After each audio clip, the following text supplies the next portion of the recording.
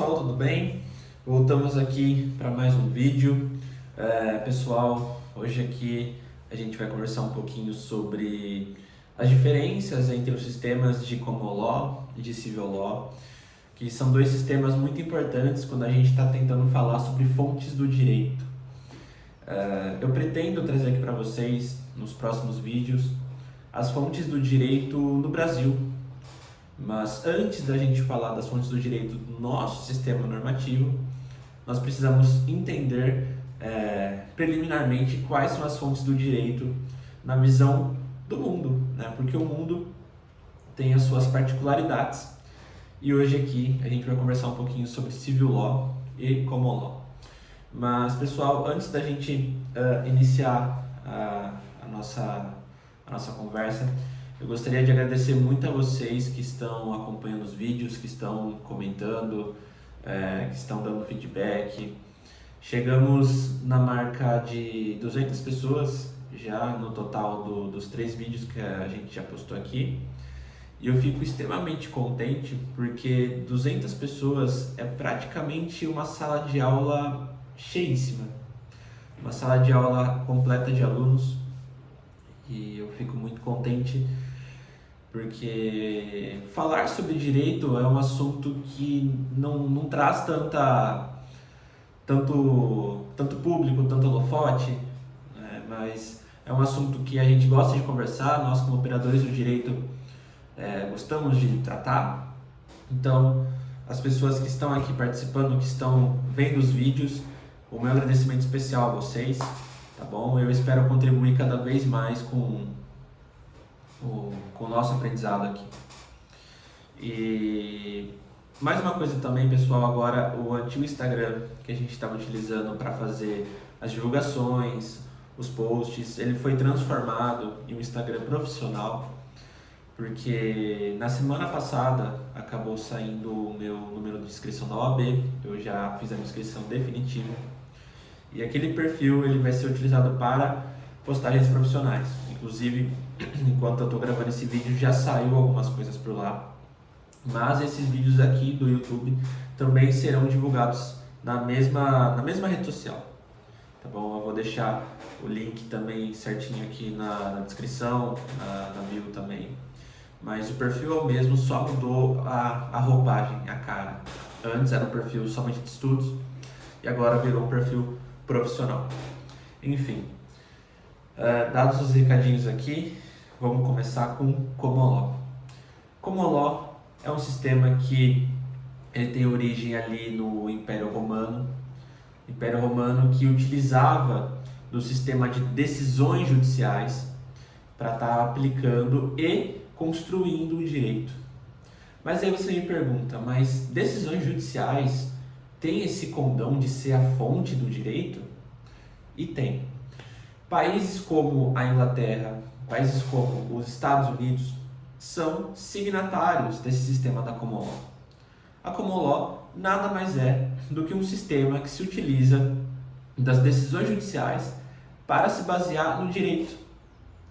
Ou seja, muito daquilo que era passado antigamente, principalmente no Império Romano, era feito por meio, de um sistema de costumes. Era o direito consuetudinário. Mas como que o direito consuetudinário ele ia fazer a sua aplicação, ele ia valer? Por meio de decisões judiciais. Os juízes aplicavam o direito costumeiro no Império Romano. E por aplicar o direito costumeiro, que não era codificado, acabou-se criando essa divisão. Ou seja, países signatários de Common Law são muito fortes no direito costumeiro, no direito consuetudinário. Ou seja, não existe a codificação como nós conhecemos, por exemplo, no Brasil, onde nós temos estruturas como o Código Civil, o Código Penal, o Código de Processo Penal, o Código de Processo Civil. Lá é diferente. Lá o sistema de decisões judiciais é preponderante, ou seja, por meio dos países signatários do sistema de Common Law, que, lembrando, tem origem do Império Romano, e do Império Romano foram feitas as decisões judiciais com base no direito consuetudinário, que foram utilizando-se das decisões judiciais como fonte do direito e que deram origem também aos sistemas da Inglaterra e dos Estados Unidos. Ou seja, o sistema de common law nada mais é do que a fonte do direito utilizando as decisões judiciais. Diferente do Brasil, que a decisão judicial é um acessório, não é? Para produzir normatividade. Lá, não. Lá, a decisão judicial ela é o centro. É a partir da decisão judicial que o direito ele vai começar a ser entendido.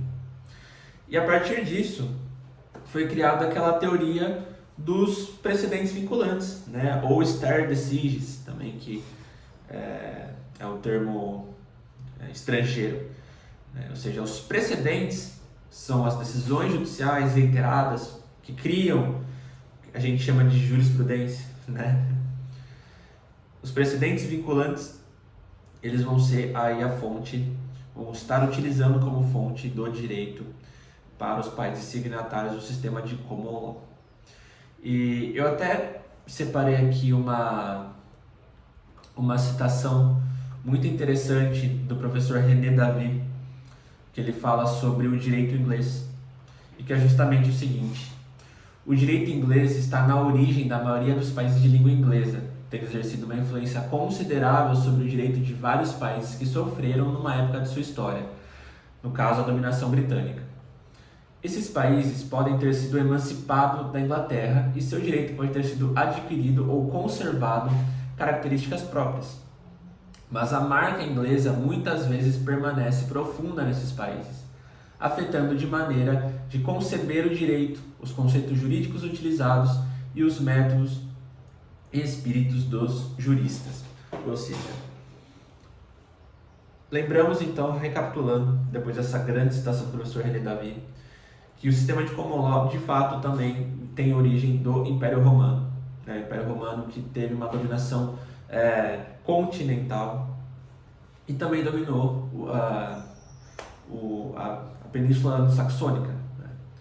E a partir disso, o direito ele foi se desenvolvendo por lá, a partir disso que a gente conversou, de decisões judiciais. Né? Ou seja, a gente entende que esses países utilizam dessa maneira de entender o direito, influenciando toda a academia, os juristas e também a aplicação da lei. Então, entendido um pouquinho o que seria o common law, a gente passa agora para o civil law. O civil law, que também tem origem do Império Romano, especificamente, se eu não me engano, posso até depois confirmar com vocês, do imperador Justiniano. É um sistema que vai utilizar a lei como fonte primária do direito, tá? Para os países que são signatários desse sistema. Então, recapitulando, a gente viu também que o common law é de origem do Império Romano. O civil law também é de origem do Império Romano. É que o Império Romano em si teve uma dominação muito grande, ou seja, áreas foram desenvolvidas de maneiras diferentes, inclusive aqui no civil law. O civil law, então, ele vai ter o seu ponto de partida através da Revolução Francesa.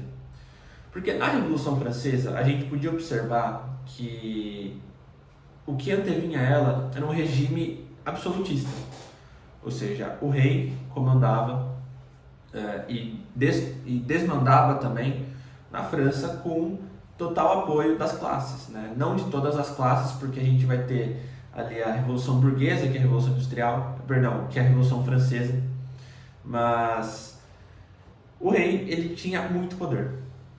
E com esse poder ele dizia o que era o direito e o que não era o direito. E justamente por isso a Revolução Francesa chegou para acabar com essa tirania que existia. E por meio da Revolução Francesa foi necessário uma codificação do direito.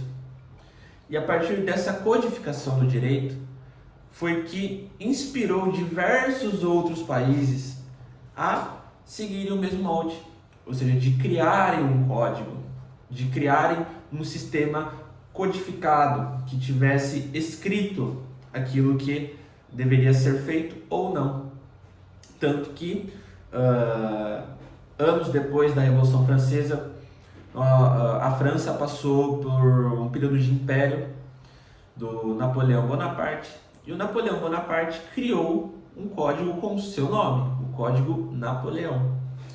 Ou seja, a codificação ela foi muito forte na França e também influenciando diversos países da Europa continental e da América Latina, sendo, por exemplo, da América continental a Alemanha, Portugal, Espanha, e na América Latina o exemplo é o nosso país, o Brasil, não é? Então, o sistema do Civil Law, depois de passar esse período histórico, é justamente utilizar da fonte primordial do direito a lei. Aqui, a decisão judicial ela vai ser mero acessório, que também produz normatividade. Mas aqui, a lei ela vai ser a fonte das fontes do direito para quem é signatário do sistema de Civil Law. Então, eu também separei aqui para vocês uma citação muito legal. Vou pegar aqui da professora Patrícia Mello, tá bom? Que ela fala o seguinte: já nos ordenamentos de origem românica, caberia à lei a função de protagonizar a manifestação do direito, incumbindo-se às decisões judiciais papel meramente acessório e imediato, como fonte explicitadora e declaradora do significado do ordenamento positivo. Assim, a determinação da solução aplicável a uma demanda específica dar-se-ia pelo mecanismo de subsunção das situações de fato na regra geral legislada, cujo significado seria revelado através da atividade interpretativa. Então aqui está justamente aquilo que a gente entende como direito no Brasil. Temos a lei, ela para ser aplicada deve ser interpretada pelo juiz, e a partir da interpretação, que é a hermenêutica jurídica, o juiz ele vai avaliar a aplicação do direito positivo para aplicar e poder fazer a sua validade. Não é? E isso também vai gerar um vídeo novo, que a gente vai conversar também sobre direito objetivo e direito subjetivo. Tá? Mas no sistema de Civil Law, a gente vê que a decisão judicial ela vai ser um mero acessório, enquanto a lei ela vai estar ali no centro da produção normativa em países signatários da Civil Law. Ok? Então, pessoal, eu acredito que chegamos no objetivo, falamos um pouquinho o que era o Common Law, explicamos o que é Civil Law, tá bom? E acho que por hoje é só. Então, agradeço a vocês que estão aqui participando mais uma vez. Obrigado pelo apoio, obrigado por estarem junto aqui comigo. E a gente se vê aí no próximo vídeo, que vai estar muito bom também.